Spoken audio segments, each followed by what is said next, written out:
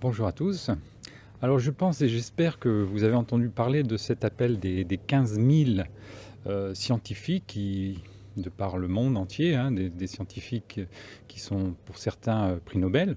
Donc 15 000 scientifiques qui ont lancé un cri d'alarme en disant qu'aujourd'hui nous étions dans une situation très difficile et que l'humanité était en danger.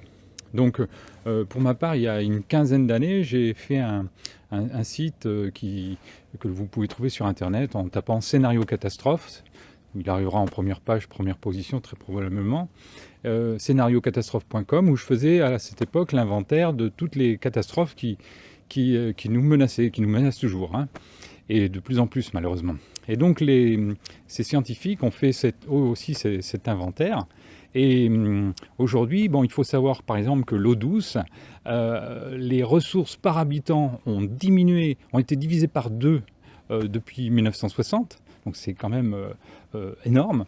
La pêche a été, la pêche disons, soutenable, hein. Les réserves halieutiques ont été mise à mal puisque la pêche soutenable a été dépassée depuis 1992. Enfin, les zones maritimes considérées comme étant mortes sont aujourd'hui à plus de 600. Il y a plus de 600 zones mortes sur la planète. En termes de déforestation, il y a aujourd'hui 13 millions d'hectares qui sont coupés chaque année, hein, sur la planète, 13 millions d'hectares. En France, par exemple, on bétonne un département tous les 11 ans. L'équivalent d'un département tous les 11 ans est bétonné en France. En termes d'espace vertébré, il y a une diminution de 58% entre 1970 et 2012, 58% des espèces vertébrées. Et en termes d'insectes, c'est plus de 50% des insectes qui ont disparu. Donc on voit bien qu'il y a quand même là un ensemble d'événements et de situations, enfin, un bilan qui est catastrophique. Et si on ajoute à ça la hausse des températures sur les 10 dernières années, on a connu les températures les plus chaudes depuis 136 ans. Et enfin, encore un autre élément qui est quand même, dont on ne parle pas actuellement, mais qui est là présent, c'est le dépassement du pic pétrolier, donc, que nous avons dépassé en 2008. Hein. Le pic pétrolier, c'est ce moment où on a passé le cap le plus haut de la production sur la planète. Donc on est actuellement en déplétion, ce qu'on appelle, c'est-à-dire en diminution de la production. Et les experts estiment, les variations sont différentes suivant les spécialistes, mais les experts estiment que nous avons encore une quarantaine d'années de pétrole devant nous, mais les problèmes viendront bien avant. Si j'ajoute à ça, et je vais terminer avec ça pour faire l'inventaire de ce qui nous menace aujourd'hui, que nous sommes aujourd'hui 7 milliards sur la planète et que nous serons en 2050, d'après les prévisionnistes et les spécialistes, 10 milliards. Donc ce n'est pas cette augmentation de la population qui va arranger les choses, puisque globalement tout le monde cherche à avoir plus, à consommer plus, etc. Bon.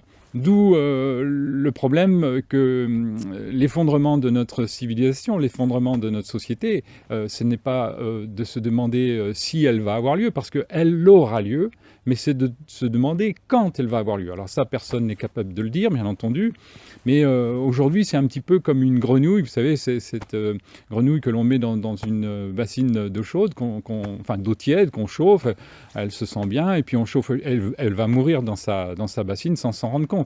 Autre exemple, pour illustrer un petit peu la situation, c'est un petit peu comme si on jouait à un gros Mikado géant, en fait, et puis on retire petit à petit les pièces, rien ne bouge jusqu'à un moment où tout va s'effondrer, quoi. En fait, c'est ça le problème. Alors, certains pourraient penser que c'est une vision pessimiste, décliniste, mais en fait, c'est une vision réaliste, parce que tous les chiffres que je viens de vous donner sont tous des chiffres qui sont validés par ces fameux experts, les 15 000 scientifiques du monde entier. Ce n'est pas simplement des spécialistes cantonnés dans une pensée unique, hein.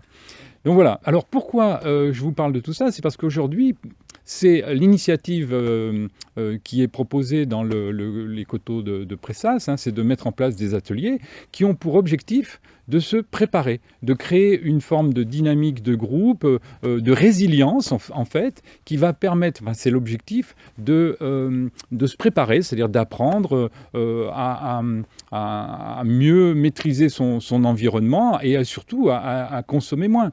Bon, alors certes, il y a dans ces ateliers, il y a près de 80 ateliers qui sont présentés, c'est trop, certainement. Hein, on m'a fait remarquer qu'effectivement, il y en avait trop, c'est beaucoup demandé mais bon, on n'est pas obligé de participer à tous ces ateliers, même si à titre personnel, il y en a une très grande majorité qui m'intéresse. Moi, j'ai envie d'apprendre. Hein. Derrière moi, il y a mon potager, vous voyez. Il est certes pas extraordinaire, mais je ne demande qu'à apprendre auprès de spécialistes, auprès de professionnels peut-être, ou auprès de tout simplement amateurs plus éclairés que je ne le suis, et pour améliorer mes performances en termes d'exploitation de mon potager. Donc voilà, le but c'est d'apprendre, de comprendre, d'échanger. Le but aussi c'est d'entrer en résilience, mais tout ça avec de l'efficience, c'est-à-dire de l'efficacité. Et je vous rappelle que les ateliers sont gratuits, libres d'accès, il n'y a pas de cotisation, il n'y a pas d'obligation. Donc voilà, il n'y a pas d'adhésion ni cotisation, hein, c'est important. Alors, il va y avoir 3 ateliers qui sont proposés, dans les jours qui viennent. Un premier atelier mardi prochain qui concerne les apiculteurs. Donc là, on est en mode un petit peu restreint, mais si vous connaissez des apiculteurs dans votre secteur qui ne sont pas au courant de cette réunion des apiculteurs ici sur Pressas, informez-les, demandez-leur qu'ils m'appellent. C'est volontiers qu'on les accueillera. Deuxième proposition de rencontre, cette deuxième rencontre se fera le jour de Sainte-Catherine, c'est le jour, vous savez, où tout bois prend racine, donc ça a lieu le samedi 25 novembre, le matin à 10h30, à l'Ariel. Toutes les informations sont sur le site. Bon, c'est un moment, disons, qui est un petit peu clé, parce que c'est le moment où on peut prendre dans nos jardins, dans nos terrains, des repousses qui sont ici et là condamnées pratiquement, hein, et qui pourraient être utiles à d'autres. Hein. Donc voilà, prenez le temps, si vous avez la possibilité de prendre ces repousses, les mettre dans un pot, vous venez les déposer à l'Ariel, puis si sur l'Ariel il y a quelques plants qui vous intéressent, vous pourrez prendre d'autres choses en échange. Ça permet de varier les plants qu'on a dans son jardin, et c'est très bien. Ça améliore la diversité.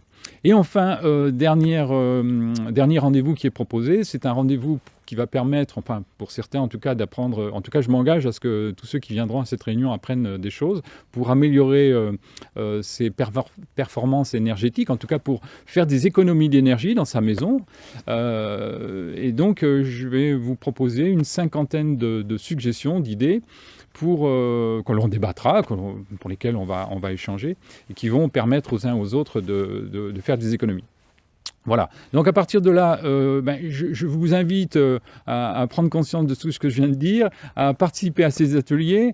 Si vous n'avez pas le temps, parce que vous êtes pris dans votre agenda quotidien, dans votre travail quotidien, rassurez-vous, il y aura des ateliers qui se feront le soir, le week-end, ça dure 1 heure, 2 heures, c'est jamais prenant, il n'y a pas d'obligation. De toute façon, si vous vous inscrivez, c'est pas parce que vous inscrivez à un atelier que vous ferez ce que vous voudrez, hein. Vous viendrez ou vous ne viendrez pas. Mais l'essentiel, c'est de s'inscrire pour qu'on puisse savoir le nombre de personnes qui sont intéressées, et à partir du nombre de personnes intéressées, on définira une date, un lieu, une heure précise et de rendez-vous. Voilà, donc je vous invite à vous mobiliser, à faire en sorte que votre entourage puisse avoir connaissance de cette proposition. Hein. Et puis si vous n'avez pas vous-même la possibilité, faites-le savoir autour de vous, auprès de vos proches, dans votre réseau. N'hésitez pas à partager sur Facebook éventuellement la proposition d'ateliers qui sont aujourd'hui à votre disposition librement et gratuitement. Voilà, je vous souhaite une bonne journée et puis je vous dis à bientôt.